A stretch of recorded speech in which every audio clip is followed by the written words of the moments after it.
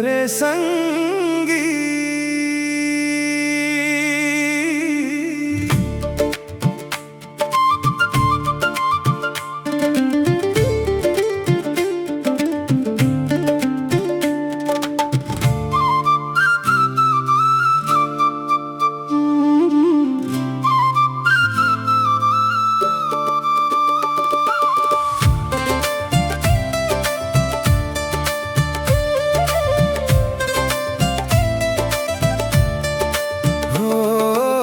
जग के माया जाल में फंस के अपन रद्दाला भूल मत जा रे।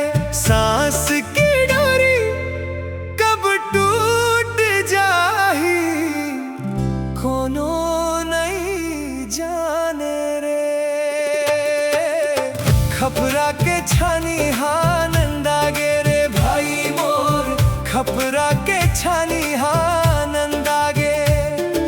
माया माँ कतेक भुलावे रे भाई मोर, माया माँ कतेक भुलावे।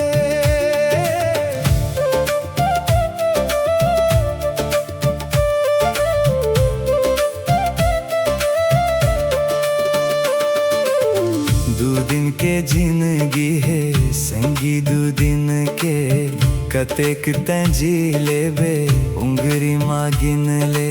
काबर तैं माया माँ भुलाए रे भाई मोर, काबर तैं माया माँ भुलाए।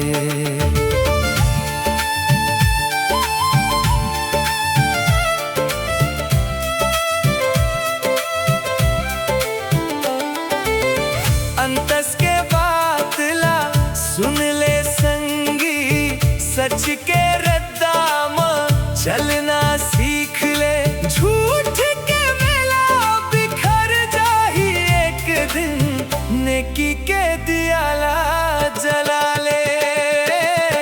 खपरा के छानी नंदा गे रे भाई मोर, खपरा के छानी नंदा गे।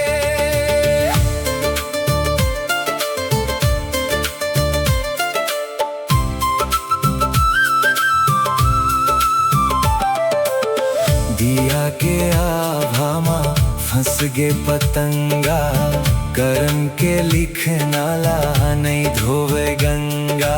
फिर भी ते अलख जगाए रे भाई मोर, काबर ते माया माँ भुला गे।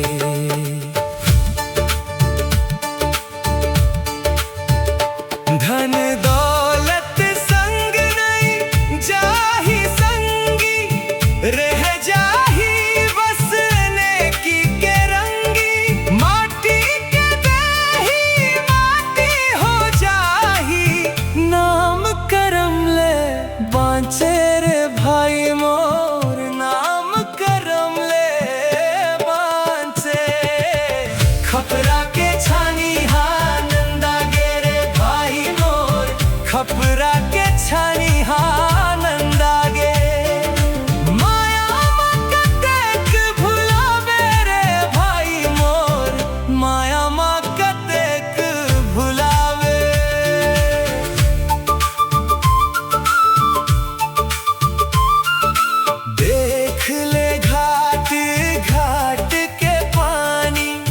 सबके कहानी एक एक किस्मानी, आज हवसता कल नहीं रही बे।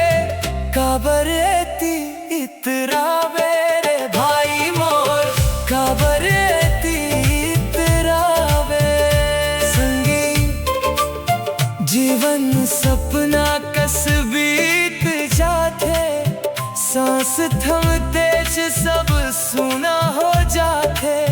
राम नाम संग चलते आखिरी माँ, बाकी सब ये छूट जाते।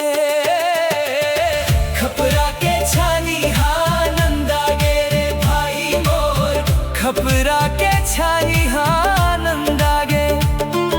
माया माँ कतेक भुलावे रे भाई मोर, माया माँ कतेक भुलावे। ओ